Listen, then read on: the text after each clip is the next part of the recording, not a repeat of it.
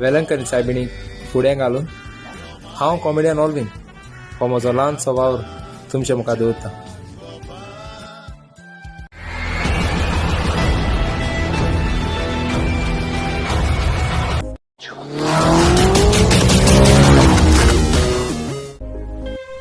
मनीस फुड्याक तुज्या आसतना ताची तोखणाय करून तूं विसरताय, पूण मोरतोच दुखांनी तूं रडटाय.